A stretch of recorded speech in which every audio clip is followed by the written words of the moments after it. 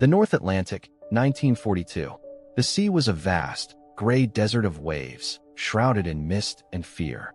At night, the horizon often flickered with sudden flashes of flame as German torpedoes struck home. Merchant ships, laden with food, oil, and ammunition for Britain's survival, vanished into walls of fire and smoke. The predators behind this carnage were the U-boats of Admiral Karl Donitz's Kriegsmarine. In those years, they were the masters of the ocean, and they knew it. On the bridges of their submarines, young German officers stood in leather coats, scanning the dark seas with binoculars. They spoke with confidence, even mockery, of their enemies. The British were cornered, the Americans naive, and the so-called escort carriers, the Allies, were rushing into service. To U-boat crews, they were laughable. Tiny, slow ships converted from merchant hulls, armed with only a few planes and barely able to defend themselves. In their eyes, these baby flattops were floating jokes, hardly worth a torpedo.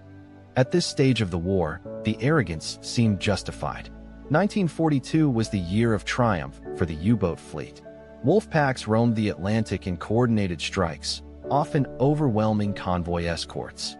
They surfaced boldly at night, running on the waves like wolves among sheep, sending multiple ships to the bottom in a single attack. Allied losses peaked that year, with over 600,000 tons of shipping sunk in June alone. Britain's lifeline, the convoy system, strained under the pressure. German propaganda celebrated every sinking. Posters showed U-boats as steel sharks, invincible and untouchable, delivering mortal blows to Britain's supply lines. Films circulated among the crews, reinforcing the idea that nothing the Allies could build, not destroyers, not aircraft, and certainly not escort carriers, could change the balance. In the smoky confines of the mess, sailors laughed as they heard of these new American experiments. Merchant ships with runways, some called them floating coffins. For Admiral Donitz, the U-boat war was central to Germany's strategy. He believed that by cutting Britain off from its supplies, the island nation would starve and collapse before American power could fully arrive. In 1942, it appeared that his vision might succeed. Nearly every convoy that ventured across the Atlantic suffered losses.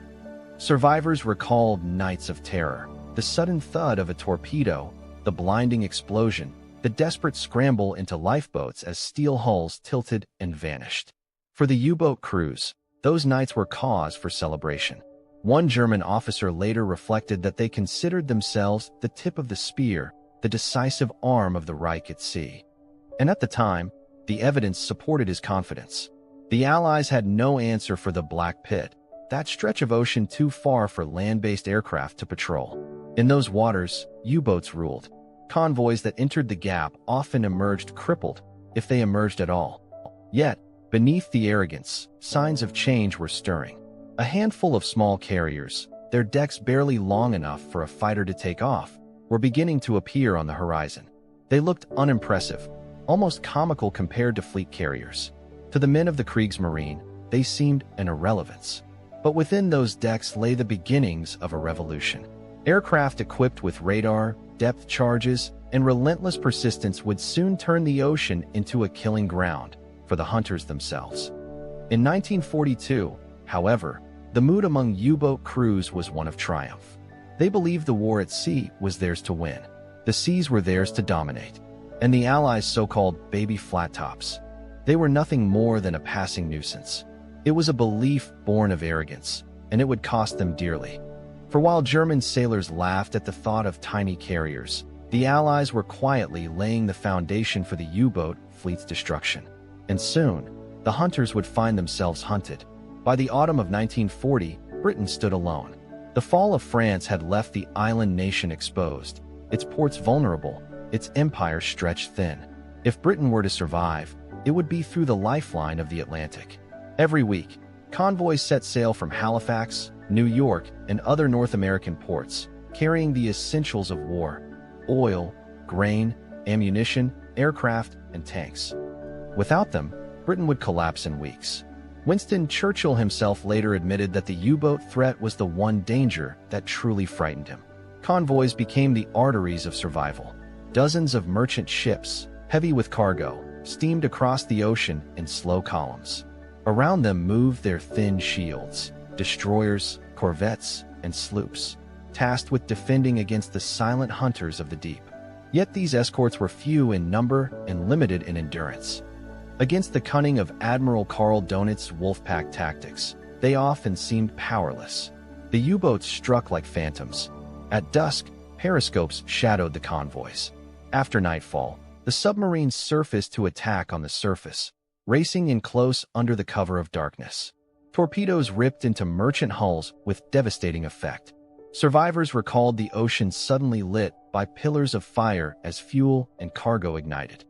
Men clung to wreckage in the freezing water, watching helplessly as more ships exploded around them. In 1941 and 1942, the toll was catastrophic. Entire convoys were mauled. In some months, more than 500,000 tons of Allied shipping went to the bottom.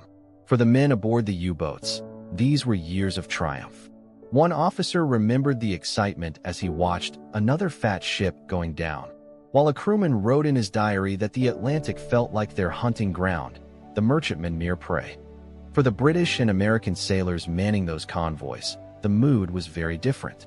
A British merchant sailor later recalled in his journal the terror of nights at sea. The sky black, the sea black, and then suddenly, fire everywhere. The sense of helplessness was crushing. Escorts could fight back with depth charges, but in the vast mid-Atlantic gap, they lacked the one tool that could have tipped the balance: eyes in the sky. This void became known as the Black Pit. Too far from land-based aircraft to patrol, the mid-Atlantic was a graveyard for convoys.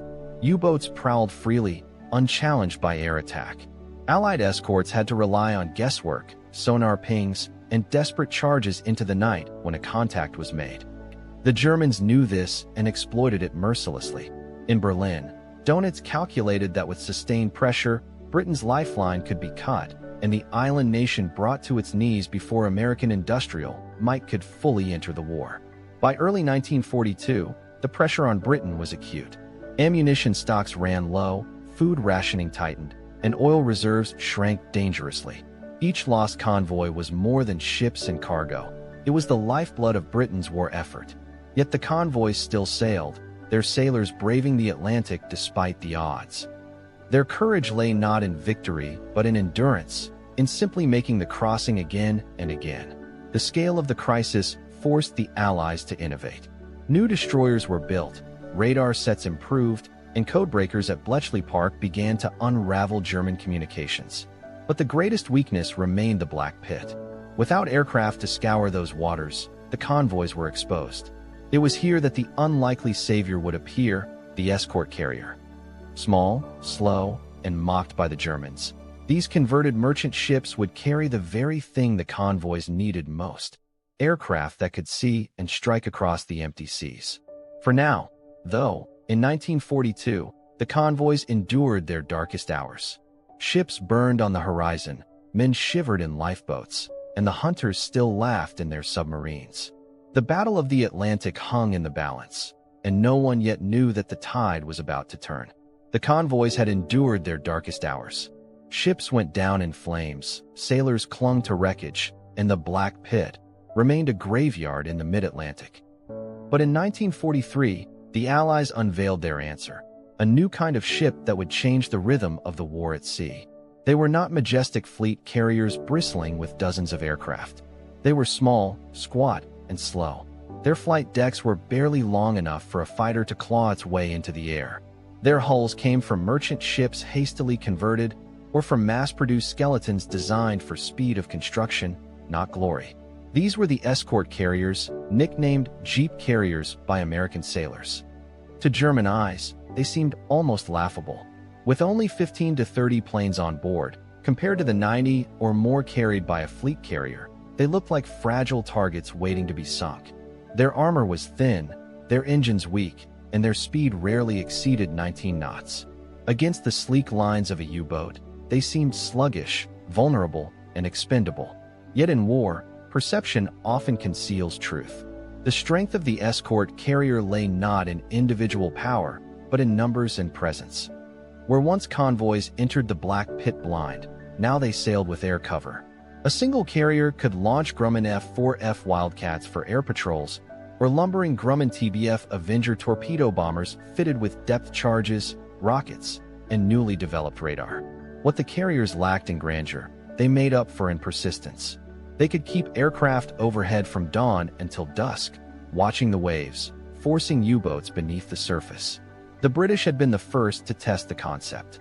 In the desperate days of 1941, they converted merchant vessels into MAC ships, merchant aircraft carriers, with a tiny flight deck above the cargo holds. The idea proved workable, and the United States quickly adopted it on an industrial scale. The boat-class escort carriers were the first to arrive in 1942, followed by the Casablanca class in 1943, the most numerous carrier type ever built, with 50 ships produced in barely 2 years. American shipyards, driven by the vast industrial machine of the arsenal of democracy, turned out escort carriers faster than the Germans could sink them. To the sailors of the convoys, their arrival was a revelation. One British merchant seaman later recalled the sight of a tiny carrier on the horizon. For the first time in months, we felt someone was watching over us. The psychological effect was profound. Convoys that once felt abandoned in mid-ocean now knew they had eyes in the sky. For U-boat crews, the change was ominous. A German commander wrote in his log that the ocean is shrinking. There is nowhere to surface without fear of aircraft. The old tactics of surfacing at night to charge batteries or coordinate wolfpacks grew riskier with every passing month. Even when no aircraft were in sight, the possibility kept crews tense and wary. The hunters were learning to fear the shadows above. The tactics evolved quickly. Avengers armed with sonobuoys and radar hunted submarines at ranges destroyers could never reach. Wildcats strafed surfaced U-boats before they could dive. Pilots learned to pounce on any speck in the water, any oil slick, any ripple that betrayed a submarine beneath. Their strikes were not always lethal, but they forced the enemy down, denying them the chance to attack. A submerged U-boat was blind and slow, its endurance measured in hours, not days. The escort carriers had tipped the balance.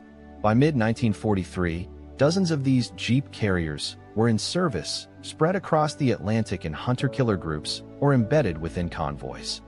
Their presence closed the Black Pit, stitching together the last gap in Allied air cover.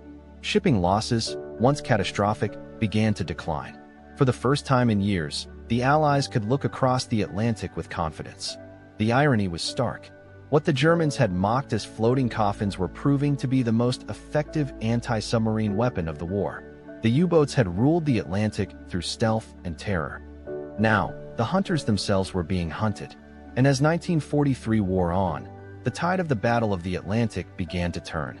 The year 1943 marked the turning of the tide.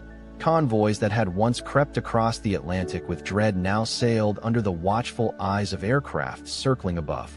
The escort carriers, mocked by German crews as baby flattops, had become the guardians of the sea lanes, and their presence was transforming the Battle of the Atlantic into something entirely new. The effect was immediate and brutal. U-boats, once the hunters, now found themselves stalked from the skies. Their stealth had always depended on surfacing, to travel at speed, to charge batteries, to coordinate wolfpacks. But with Avengers and Wildcats roving above, the surface was no longer safe. Radar-equipped patrol planes could pierce the mist, catching submarines as black shapes against the gray sea. The moment a periscope broke the surface or a conning tower rose from the waves, the chase was on.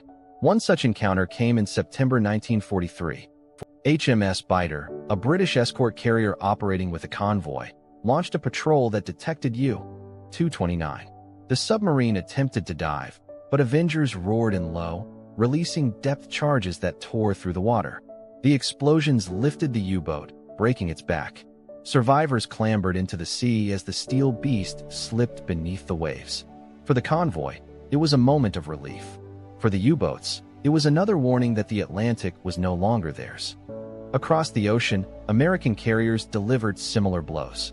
In August 1943, USS Card launched Avengers that hunted down U-117, a Type XB submarine. Using sonobuoys and depth charges, the aircraft pounded the vessel until it was destroyed with all hands. The destruction was not just a tactical victory, it was psychological. Each loss spread fear among U-boat crews who once laughed at the thought of carriers. For the men inside the submarines, the experience was harrowing. One German sailor later recalled how the steel walls shook as if giants were striking with hammers when depth charges rained down. Another described the terror of hearing the whine of aircraft engines above, followed by the thunder of explosions that rolled through the hull. Survival meant silence, endurance, and prayer, but increasingly, even that was not enough. Wolfpacks that had once mauled convoys now found themselves ambushed. Aircraft, guided by radar and signals intelligence, swooped in before the submarines could assemble for attack. In the Bay of Biscay, where U-boats transited to and from their French bases, patrol aircraft from escort carriers struck repeatedly, turning the passage into a gauntlet of death. By late 1943, losses mounted so heavily that Admiral Karl Donitz himself admitted the truth. The U-boat arm is facing unsustainable losses. The statistics told the story with brutal clarity. In the first half of 1943 alone, more than 140 U-boats were destroyed, many by aircraft launched from escort carriers. What had been Germany's most feared weapon was being gutted at a rate it could not replace. Training new crews took months. Building new submarines, even with streamlined designs, could not keep pace with the slaughter at sea. The hunter's arrogance of 1942 was gone. In its place was grim determination, tinged with fear. German propaganda no longer mocked escort carriers. Instead, U-boat crews whispered about them in mess halls, describing the endless patrols, the sudden strikes, and the hopelessness of fighting an enemy that could see from above. By 1944, the transformation was complete. The Atlantic, once the hunting ground of the U-boat, was becoming its graveyard. Escort carriers had turned the tide, their small decks launching waves of aircraft that forced the submarines into hiding and shattered the wolfpacks. The hunters were now the hunted. And in the cold, dark waters of the Atlantic, the once invincible U-boat fleet was bleeding to death. By the spring of 1943, the tides of the Atlantic War were shifting with a force the Germans had not anticipated. For 3 years, Admiral Karl Donitz's U-boat arm had prowled the seas with ruthless success, carving great wounds into Britain's supply lines. But as the convoys sailed into May, the hunters began to bleed at a pace that could not be sustained. This month would be remembered as Black May. In just 31 days, Germany lost 41 submarines, nearly a quarter of its operational fleet. To Donitz and his men, it was a catastrophe. To the Allies, it was the long-awaited turning point in the struggle for the Atlantic lifeline. The reasons were clear. Escort carriers now roamed the seas in growing numbers, their decks launching Wildcats and Avengers armed with rockets, radar, and depth charges. These baby flattops closed the deadly mid-ocean gap that U-boats had once ruled. Alongside them flew long-range patrol aircraft, consolidated B-24 Liberators, fitted with radar and lee lights, striking even in the darkness. Escort groups of destroyers and corvettes now worked in close coordination, honing anti-submarine tactics that turned the ocean into a net. For the U-boat crews, every patrol became a test of survival. A German officer later admitted, "The ocean seemed covered with aircraft. Nowhere was safe." Patrols that had once ended with celebrations of tonnage sunk now returned to bases with empty berths, comrades lost to relentless attacks from above. A veteran recalled the suffocating hours spent submerged. "We could not surface to breathe, for the sky belonged to the enemy." The numbers painted a stark imbalance. In the same months that Germany struggled to replace its shattered fleet, American shipyards were launching Casablanca-class escort carriers at a rate of nearly one per week. For every submarine lost, the Allies seemed to deploy another floating airfield. The arithmetic of war was crushing the U-boat arm. On the Allied side, morale began to recover. Merchant sailors who had once crossed the Atlantic expecting to die now felt a new confidence as aircraft wheeled overhead. A British seaman wrote home that the sea no longer feels abandoned. "There are eyes above us, and they bring hope." Survival rates for convoys improved dramatically. Where once half a convoy might be lost, now most arrived intact. The psychological reversal was as important as the material one. In Berlin, the grim reality sank in. Donitz, who had once spoken with certainty of starving Britain into submission, faced the collapse of his strategy. On May 24, 1943, he ordered the withdrawal of wolfpacks from the North Atlantic. It was an admission that the U-boat arm could not endure its losses. The hunters had lost their grip, and the initiative had passed irretrievably to the Allies. The cost was staggering. In May alone, more than 2,000 German submariners were killed, men trained at great expense, men who could not be replaced quickly enough. Germany's submarine service, once the pride of the Kriegsmarine, had reached its high-water mark. From this point onward, the U-boat fleet would fight only in decline, its promise of victory drowned in the waters it once dominated. For the Allies, Black May was more than a month of statistics. It was the proof that endurance, innovation, and sheer industrial power could overcome even the deadliest of enemies. The Atlantic lifeline had been secured. Britain would live, and with it, the chance for final victory. The wolfpacks would fight on, but the crisis of May 1943 marked their undoing. The ocean that had once been their hunting ground had become their graveyard, and the U-boat war, once Germany's great hope, was entering its long defeat. By 1944, the U-boat fleet was a shadow of the force that once terrorized the Atlantic. The great wolfpacks of 1942 had been shattered, their hunting grounds stripped away by radar, sonar, and the ceaseless vigilance of escort carriers. Yet Berlin refused to concede defeat at sea. Donitz still believed in the submarine as Germany's decisive weapon, and new designs, the revolutionary type XXI Electroboot, promised salvation. These wonder boats were faster, quieter, and able to remain submerged for long stretches. But they arrived too late. Only a handful ever saw operational service, and none altered the course of the war. Meanwhile, the existing U-boat arm continued to fight and die. Escort carriers, working in hunter-killer groups, prowled the ocean with relentless efficiency. Avengers equipped with radar swept the waves, Wildcats strafed surface submarines, and destroyers closed in with hedgehog mortars and depth charges. For the men inside the U-boats, each patrol became a descent into terror. One survivor later described the experience as suffocating in steel coffins, waiting for the next explosion. The desperation of the Reich bred both boldness and futility. In May 1944, U-549 achieved a fleeting success, sinking the American escort carrier USS Block Island off the Canary Islands, the only U.S. escort carrier lost to submarine attack in the entire war. But the triumph was short-lived. U-549 was hunted down within hours, destroyed with all hands. The event was a grim reflection of the U-boat war in its final phase. Rare, costly victories drowned in a tide of defeat. Allied control of the seas was absolute. Long-range liberators patrolled the Bay of Biscay, hammering U-boats before they could even reach the open Atlantic. Escort carriers closed every remaining gap, their aircraft circling over convoys like tireless sentinels. In 1944 and 1945, hundreds more U-boats were lost, not only to Allied escorts and aircraft but to mines, accidents, and fuel shortages. The ocean, once the domain of German hunters, had become their graveyard.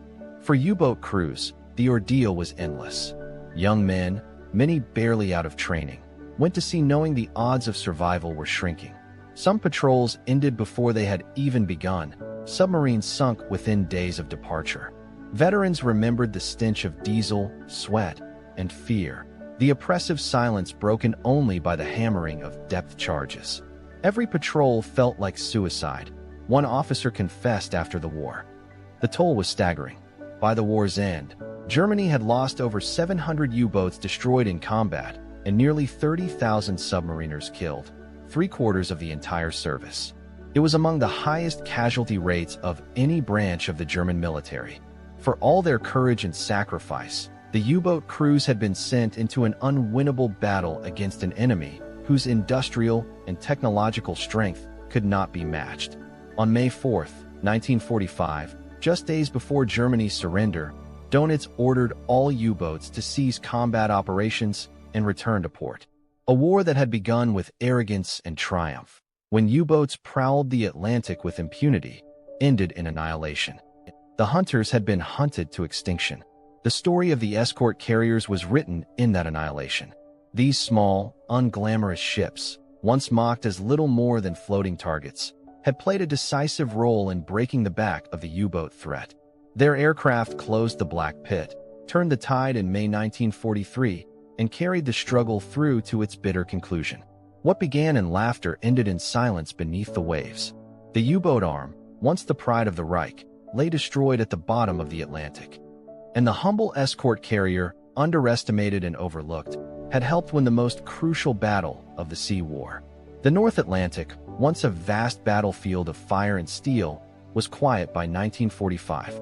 The smoke of burning convoys had lifted, and the seas that had swallowed thousands of sailors lay deceptively calm. Yet beneath those waters rested the wrecks of over 700 U-boats, and with them, the legacy of one of the most decisive naval struggles of the Second World War. At the heart of that legacy stood the escort carrier. Derided at first as weak, slow, and expendable, these baby flattops had transformed the Atlantic War. They lacked the speed and glamour of fleet carriers, yet they provided what mattered most: presence. With their Wildcats and Avengers circling overhead, convoys could finally breathe. Merchant sailors who once crossed the Black Pit in terror now looked to the horizon with relief when the outline of a small carrier appeared. One survivor later wrote that the sight of an escort carrier was like seeing land in the middle of the sea, a promise of survival. The statistics told the story. Between 1942 and 1945, the United States launched over 50 Casablanca-class escort carriers alone, supplementing the Bogue-class ships already in service. Together with British-built vessels, they closed the mid-Atlantic gap, destroyed dozens of U-boats, and ensured that food, oil, and men reached Britain in time to prepare for the liberation of Europe. Without them, Operation Overlord might never have been possible. For the German submarine arm, the price was catastrophic.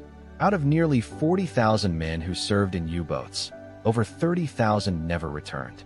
Few branches of any military suffered such grievous losses.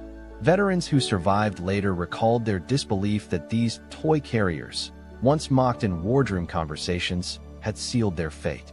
The arrogance of 1942, when U-boat crews laughed at the thought of aircraft from tiny decks threatening their supremacy, had turned to bitter recognition. What they had dismissed became the instrument of their destruction. The irony was stark. Germany had invested in technological marvels like the Type XXI Electroboot, vessels that promised to change the future of submarine warfare. But innovation had come too late, while Allied adaptation had arrived just in time. Radar, sonar, and escort carriers had broken the wolfpacks before those wonder weapons could enter the fight. The hunters had been hunted down, their graves scattered across the Atlantic seabed. Yet the story of the escort carriers did not end with victory in 1945. Many continued to serve long after the war. In Korea, they provided air support for United Nations forces. In Vietnam, they were used for aircraft ferrying and training. Smaller navies, from France to the Netherlands, acquired them, finding that what had once been seen as makeshift had become invaluable. Their influence reached into the Cold War, where Soviet submarines once again threatened shipping lanes, and NATO planners remembered the lessons of the Battle of the Atlantic. Beyond hardware and tactics, their true legacy lay in the lesson they taught, that innovation need not be grand to be decisive. The escort carriers were not battleships or fleet carriers. They were compromises, born of necessity, crafted quickly from merchant hulls.